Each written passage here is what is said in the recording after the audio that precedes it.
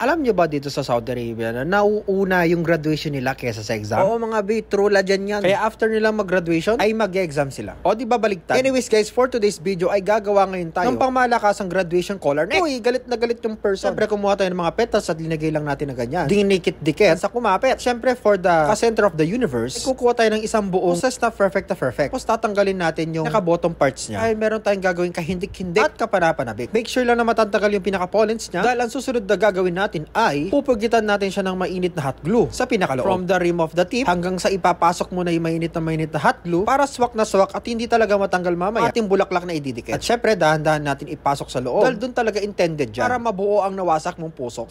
Este mabuo yung pinakamedalyon ng ating graduation collar neck na pangmalakasan. O diba? Super social at super ganda talaga nito, diba? So ano pang hinihintay nyo? Inyo na rin para mabilis kayong gumawa. Kasi for sure yung mga florista dito sa Saudi Arabia dumug na naman ang mga gantong order. Matagal kasing gawin to. So anyways guys, dahil natapos na tayo dito sa ating medalyon ng collar neck, susunod naman natin itong mga sa gilid. Of course! So dalawa palang klase ang ginamit ko. Siyempre roses na malalaki at siyempre chrysanthemum na maliliit. Alternate lang. Chrysanthemum tapos rosa. Chrysanthemum tapos rosa. WF sa asawa, TTH sa kabit. Hoy, ano yun? So dahil maliit yung mga chrysanthemum natin guys, gumamit ako ng 3 buko niyan. Sa kakao hinat glue. Perfect na perfect talaga. Hindi mukhang maliit yung mga chrysanthemum natin. So guys, isasagad natin hanggang dulo. Dahil alam nyo naman, mahilig tayong isagad yung mga bagay-bagay, di ba? Para syempre mas mukhang maging marami at hanggang sa matakpan yung pinaka-ribbon natin. Syempre mga bin, di natin kakalimutan tong gypsophilia, no? Dahil alam nyo na, floristang gipit sa gypsophilia kumakapa. Kasi pinagputol-putol kasi lang siyang ganyan sa maliliit. Dinikit ko na sa mga gilid-gilid ng mga chrysanthemum. Para asin talagang walang spaces yan pag sinuot mo na. At saka dagdag eksena din, di ba? Pupunuin lang natin ang lahat ng mga singit-singit na hanggang sa maubos yung stock mong gypsophilia. Actually, mga besa, sobrang dami ng mga order na ganito na nauubos yung mga stock namin ng mga bulaklak. And as of now, wala kaming mga stock ng bulaklak ngayon. Ito na ang ating finished product. Oh, wow, fantastic! To the highest level! Ating design at ang ating